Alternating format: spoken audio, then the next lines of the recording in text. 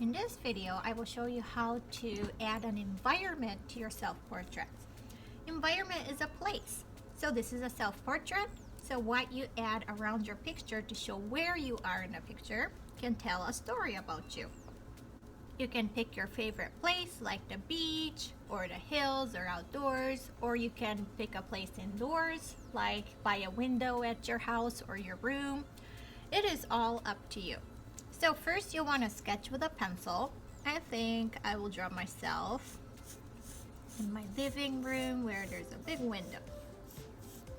So I'm drawing the window right here. Maybe the window ends right here. Here's the frame of my window. And then maybe outside in a window, maybe there's a horizon line. So this part's gonna be my sky. This part's gonna be the ground outside of my window.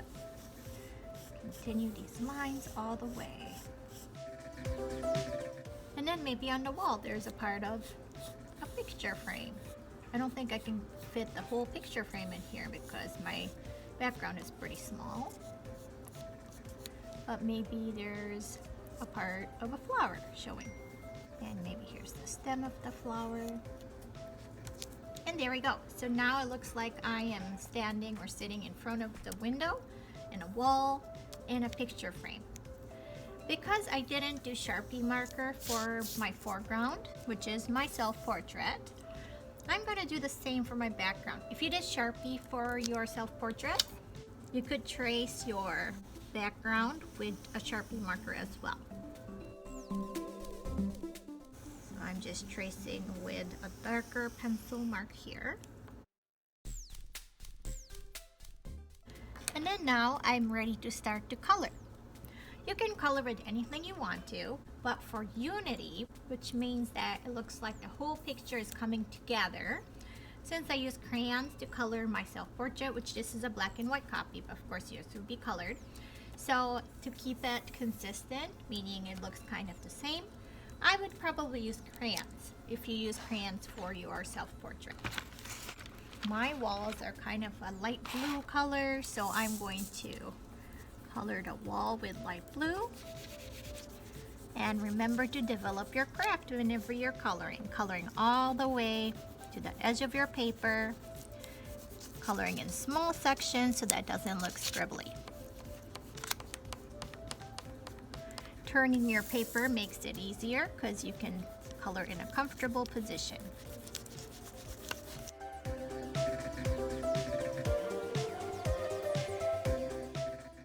Okay, so now my wall is colored.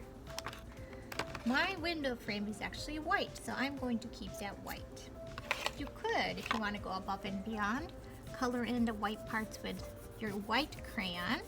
That way the texture of the paper is going to look the same as the rest of your paper, and it's not going to look like you forgot to color. So that's something you could do to make sure that your picture looks finished.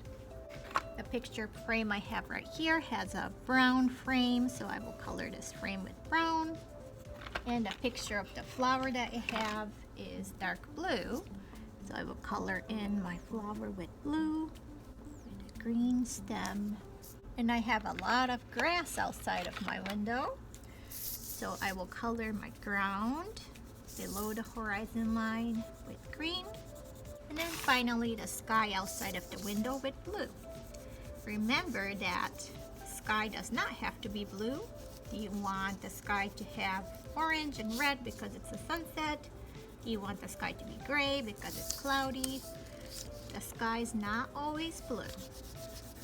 Just remember though that the sky doesn't just end. There's not a line right here that separates the sky and between the sky and the ground. Your sky goes all the way to your horizon line. And there we go. Here's my finished self-portrait with an environment showing where I am in that self-portrait.